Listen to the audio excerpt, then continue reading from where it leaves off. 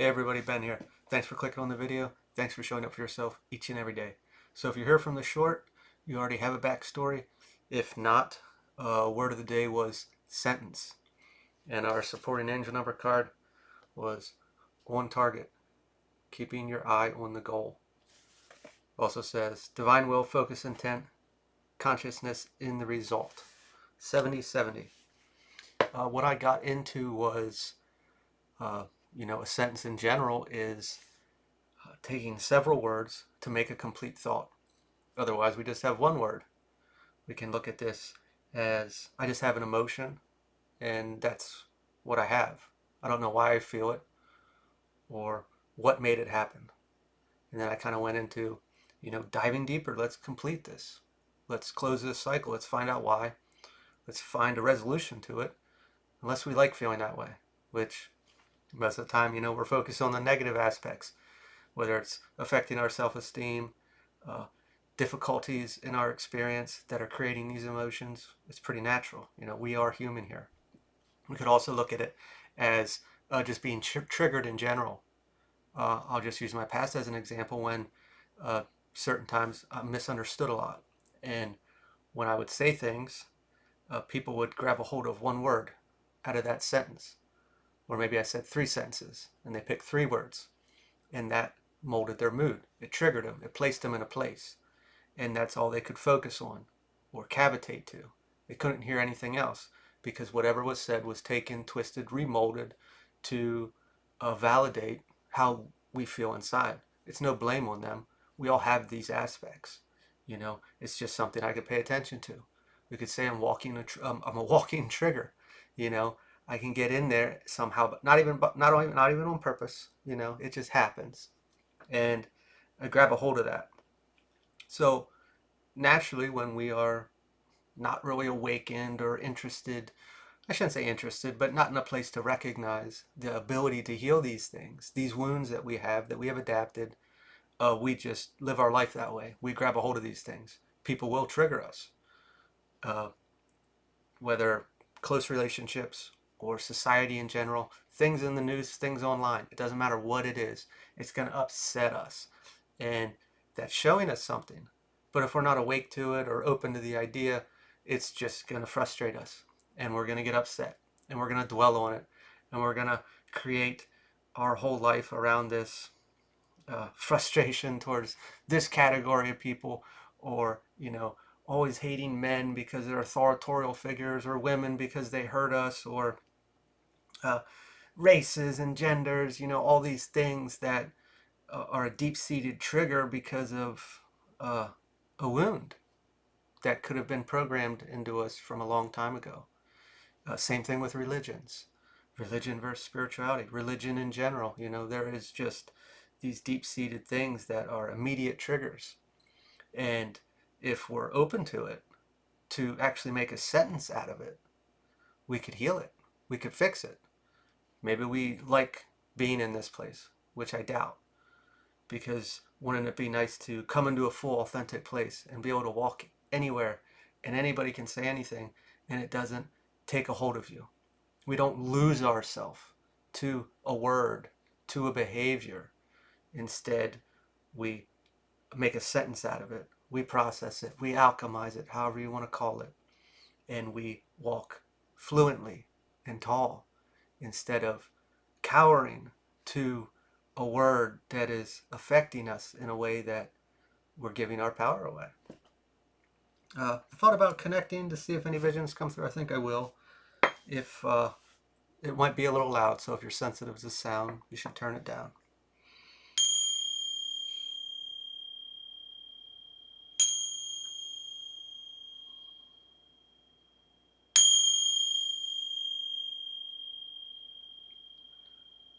The waterfalls very has been prominent recently, but a person is there at the top of the waterfall and they're gonna jump in the water, and they're not people, but they're not hyenas, but that's kind of what it gave off, like all along down the bank and up the mountain on the sides of the waterfall, and they're just like barking, cowering. I shouldn't say cowering, but instigating. It reminds me of kind of like the Lion King when those hyenas, they were there to instigate. They were there to get under your skin. Uh, we can look at these as uh, bad, negative. I don't like these. Get away. Why are you doing this to me? It's propelling you forward. But we're scared shitless up there. What if I slip? What if I fall? What if I do this? What if I do that? What are the repercussions going to be? And what that's really given off. If you've ever been in that position or you just had anxiety in general, it's obviously going to be different for everyone. But we could imagine that uh, all these little fears in our head are going to create, uh, you know, a failure of some sort. And the indirect reason is a failure. I'm going to fail. Someone's going to make fun of me. Someone's going to say something. They're going to make me feel less than. I'm losing confidence going into this because of all these projections. Are these projections real, or are they coming from inside? We can think that they're real. We can think that these people are thinking this, and maybe some are, but maybe they're not. And it's really in here. It's this mirror. I'm afraid. I'm losing this confidence. I'm walking up closer and closer. You can just think of a diving board. The closer I get to the edge, the more confidence I'm losing on every step. And they're all judging me. But are they? Is it me? And I'm expelling this out? It is easy to place blame. And I'm not saying that people aren't at times. But if we're not holding it in here, it's going out. And it's going to be reflected back. When we have something in here, we don't really care. Maybe there was a time where we had to make a fool of ourselves because it was easier to make it look funny than to be successful. I don't know why that came through, but if you think about it, if we are constantly afraid of this rejection or failure, if we make it a joke, it's easier to walk through because then they just think it's being funny. Where did that confidence go? Where was it taken? We could make a sentence and find out, of course. But to really have an open mind that, hey, maybe it's not everything out here. Maybe it's in here. And when we actually kind of start to take that responsibility, or, what's it called? I don't want to say acceptance, but taking ownership that this might be in here. Now, sure, the external probably made it. We can say that. We can probably prove that if we can remember back when.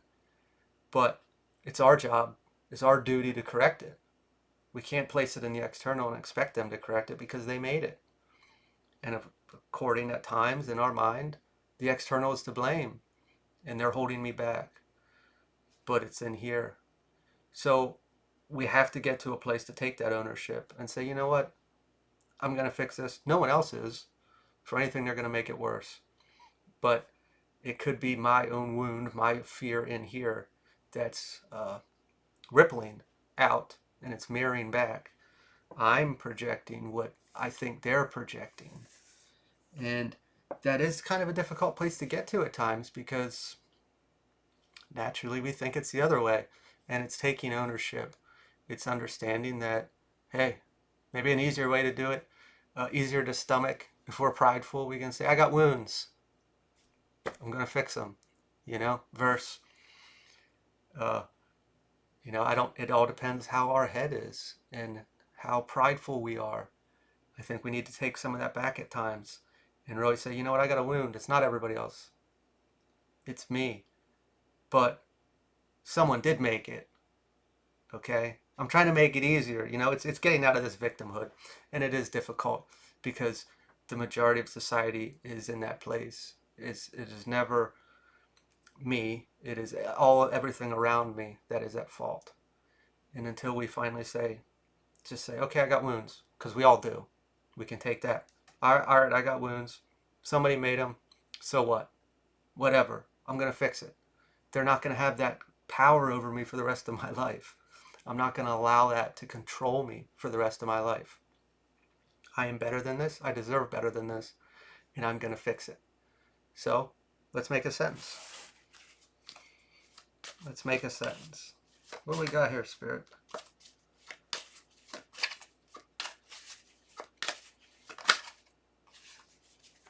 Six of Swords reversed.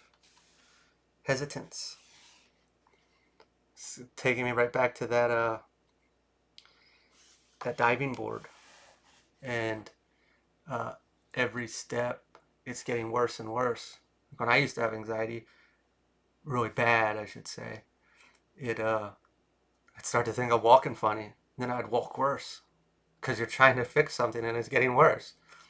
And why did that matter? I don't know. It was bothering me though, But the fact that I started fixating on it and worried about it, I made it worse. And it's kind of going back to that diving board idea that what if I slip? What if I fall? What if I belly flop? What if I don't do the dive perfectly?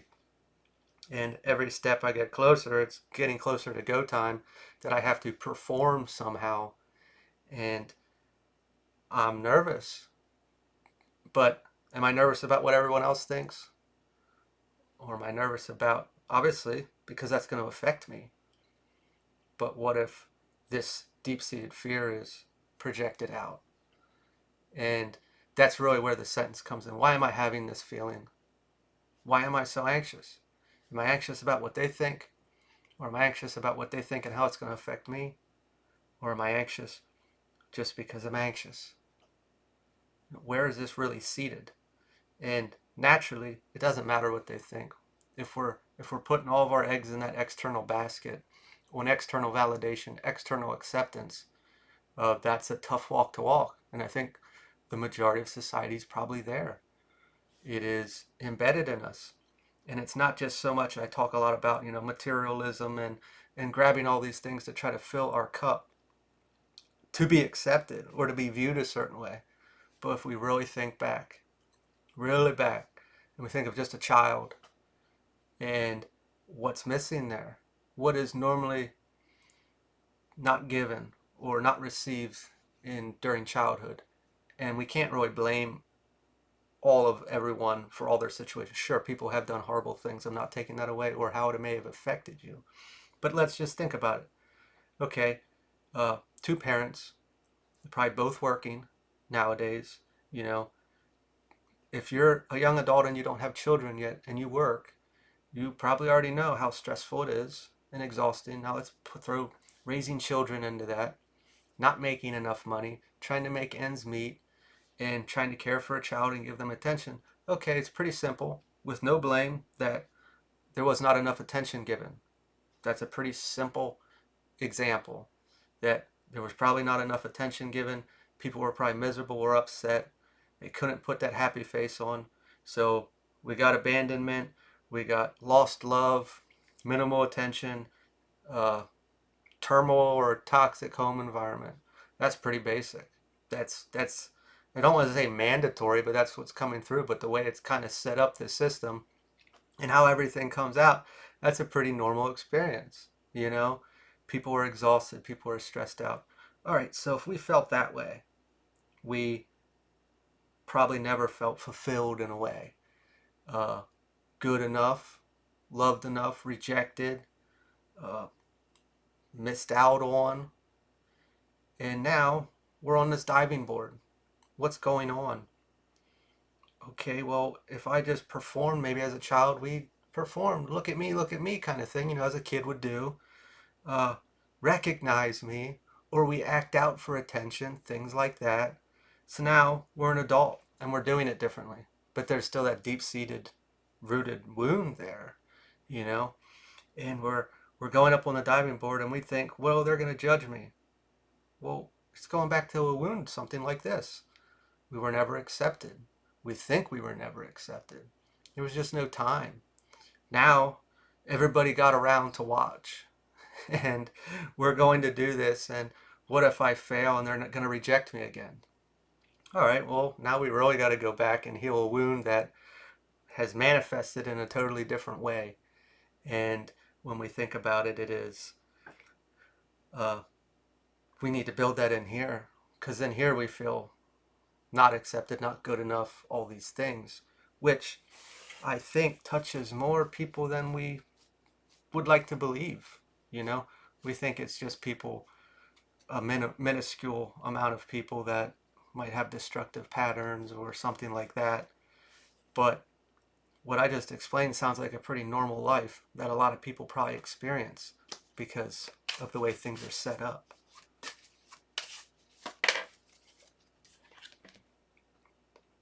Two of Cups reversed, misalignment.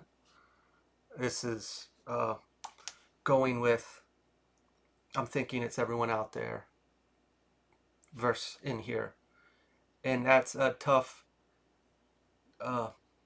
switch to turn, if you will, to, and I don't want to say everyone is in a place of victimhood continuously. Like everything is, they're a victim to everything. That's a tough place to be. And if we are there, and to get out of that is a big change. If we're there, it is, we don't feel safe in anything in our own body. And everything is here to disrupt, destroy, etc. And I can't control any of it.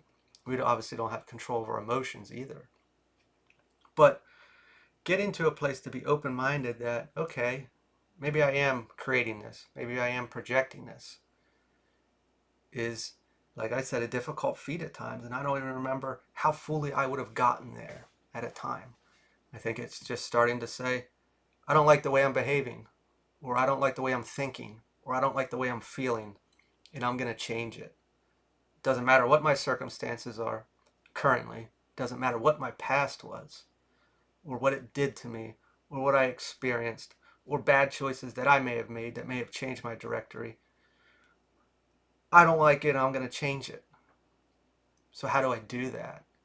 Well, the only thing I can do is in here. I can only change how my mind thinks. I can only change how I see things. I can only change how things happen and how I allow them to affect me. It's all in here. And once you start doing this, you really start diving deep and dissecting things. And then you're molding everything, seeing things differently. And instead of saying everything out here is attacking me or affecting me or harassing me or triggering me, it is instead, okay, well, if this is making me feel this way inside, maybe I should look at why. And let's write a sentence. Let me write a sentence about this to figure out what could that be from?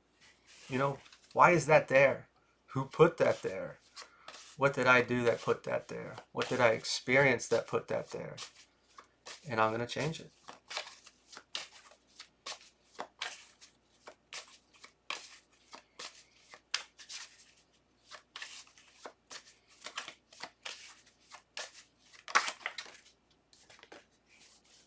Ace of Swords, mental clarity. Diving into this opens a totally new door, and we begin to see things. The pieces come together. You can see patterns through life. You can see repetition. You can see, if you want to call it, a cycle, a circle. And when you get out of it, you're upgrading, if you will. You are closing that cycle. You are moving forward. And you can see how everything fell into place. Maybe you're at a place now that you're wondering, okay, well, I got out of this cycle. When's the next thing coming? Well, if we look back and we see how everything kind of played together, we can make sense of our time now. And sometimes we can call it stagnation, a rest period. Maybe we're deciding what to do next. What is our next step? I've learned all this. I've healed all this. I can walk on the diving board now and not be so in my feelings, which is a magical place to be. Page of Pentacles. It's a new world for us. And walking into this youthfully again. I almost want to say, born again. We are in a new us. And what is it called? The world is your oyster. We have an opportunity. We can always, there comes a time when the past defines or dictates us. Or we can grow and we can allow it to have taught us and pointed us in a direction versus destroying us or wearing it. Some people like to do that, and I understand it. They say, this is who I am. And that's okay, but do you want to be that? Do you want it to dictate who you are? I don't think so. I think you want to be what you want to be. And when we take that power back, we use it as a lesson or a teacher. Because all we have is now. We don't have the past anymore. We have it in here, and whatever it did in here. But we can make a future that doesn't have to allow that to grasp us or limit us so tightly. Probably going to leave it there. If this resonated, feel free to like, comment, share, or subscribe. And I will talk to you all later.